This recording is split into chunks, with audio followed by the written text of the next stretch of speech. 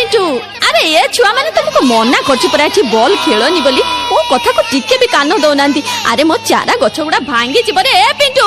एठी खेल कोचो गछ लागि छी बाड़ी रे खेल कोचो गछ लागि छी ताले हमें खेलिबो कोठी जे अरे जाऊ न से स्कूल पड़िया रे खेलिबो सेठी कोन तुमको के मना करूछि बुझिलु आई तू जम्मा पार्टी करना आम बॉल जम्मा बाजिबनी गछ भांगी हले कोन हला गछरे कोन जीवन अछि आउट लगेइबू बॉल दे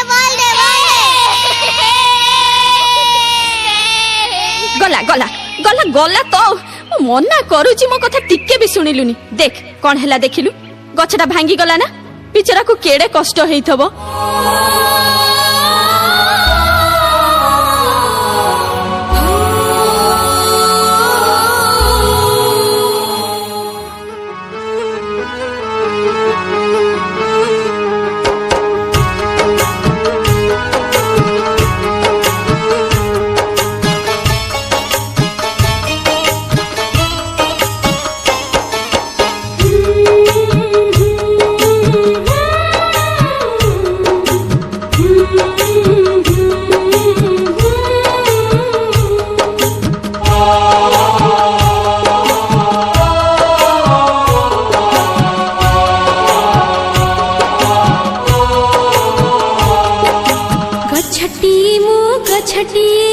गछटी मु गछटी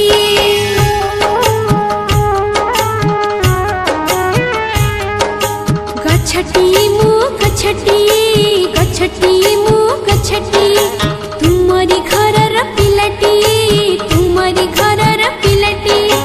भल करी मोर जतन नेबा पड़ा पानी दे बढ़ाउथिबा भल करी मोर जतन नेबा पड़ा पानी दे बढ़ाउथिबा बड़ा हेले तुमर ऋण सुझि देबी रखिबो मो छोट कथाटी रखिबो मो छोट कथाटी